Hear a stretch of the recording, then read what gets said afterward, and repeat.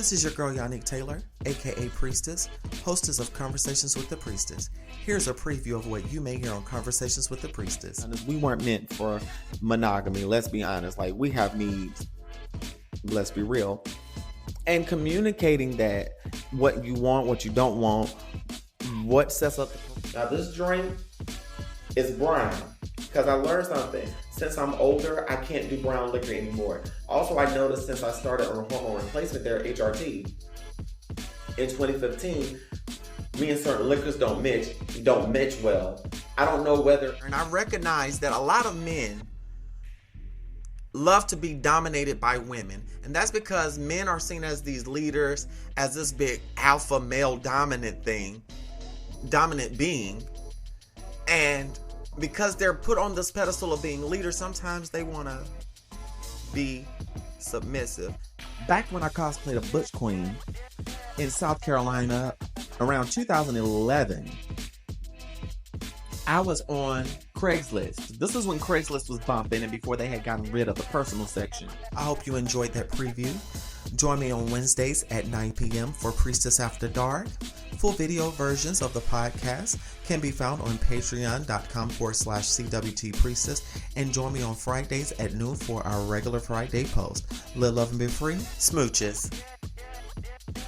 Available on Spotify, Apple Podcasts, YouTube, anywhere you download and stream podcasts. You know, the healing process is ugly sometimes. And when you start doing your work, when you start writing in your shadow work journal, no one prepares you for what you might see. And some of that stuff may just hurt your feelings. Here's my story.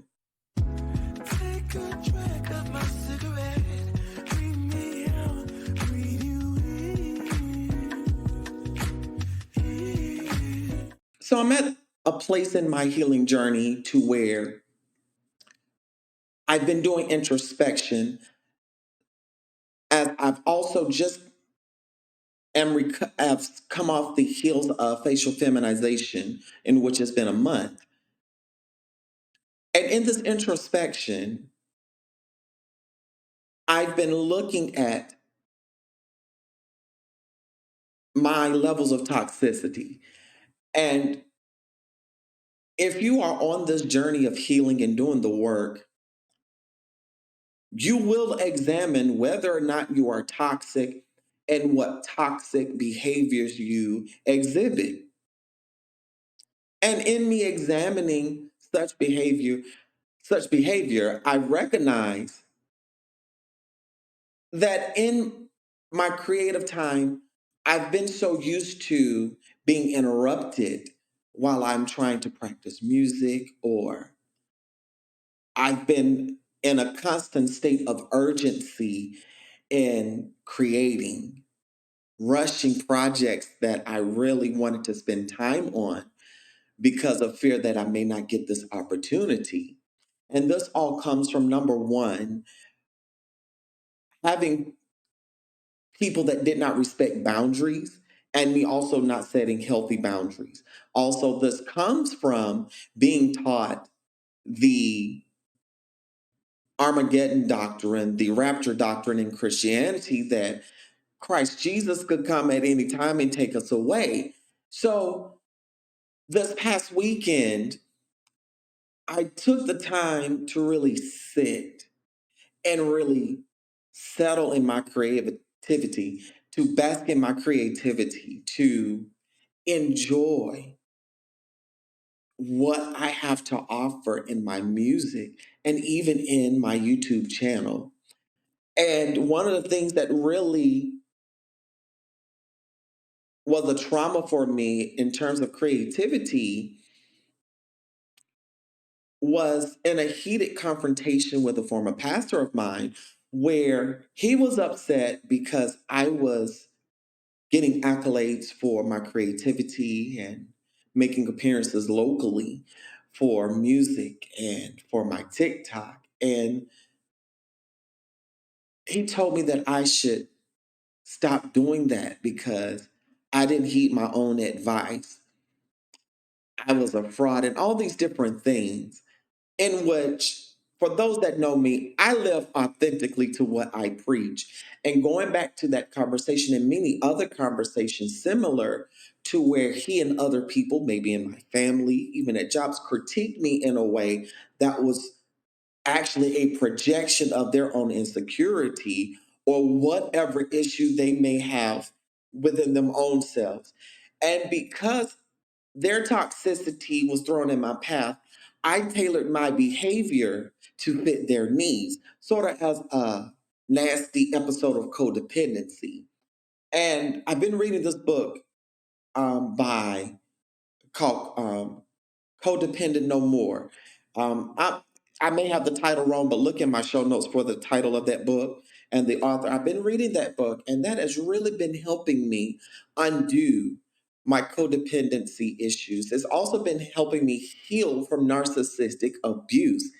And I'm so grateful for where I am. But bitch, when I tell you it is ugly, the healing process is ugly because when you realize how petty you can be sometimes, even when you be staging arguments in your mind of what you really want to say to somebody, and when you realize what you're saying, you realize, bitch, if I say that to this person, I'm going to be just as toxic as their ass. And that's when you have to sit with yourself and really get to the root of why are you feeling this way? And a lot of times it may not even be that we're toxic or that we would do that, but it is the combination of all the things that we wish we could have said back then or that we felt that we should have said in that moment. And I've also learned in that time to give myself grace and grieve that I didn't take that action and grieve that situation. When you grieve and give yourself grace, you understand where you were at that time. You weren't you weren't as emotionally and mentally, spiritually mature then as you are now to have spoken up. But now that you are more mature, you can now speak up and stand your ground more effectively. It is a process, it gets frustrating, but once you get through that ugly stage, you'll be fine. And every now and then, that ugly stage is going to come around because the work is a never ending process. I don't care what age you are, when you start doing the work, it's going to get ugly. It's going to get ugly. But don't let the ugliness get you because the ugliness is just only temporary. You're not an ugly person. It's just you're dealing with that one area and healing that area while you're also healing other areas at the same damn time. Healing is a process in and of itself. It's like multitasking on Red Bull. It's ugly sometimes, but baby, you got to roll with the punches of the healing process.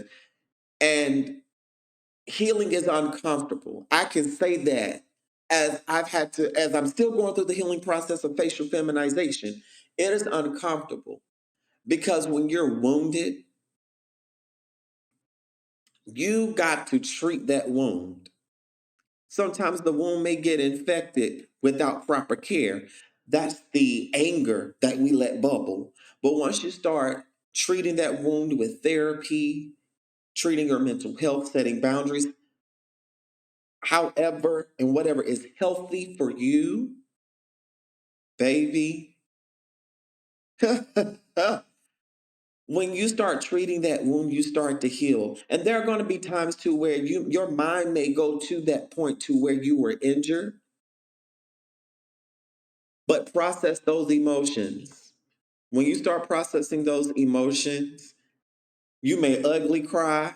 Even 30 years down the road, you may ugly cry. You may even scream.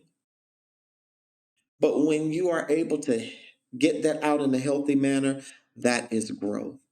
Y'all live, love, and be free from the priestess. Don't forget to hit that subscribe button, set that bell notification, comment below. If you've made it this far in this video, comment page, PAGE page. Y'all live, love, and be free. Smooches.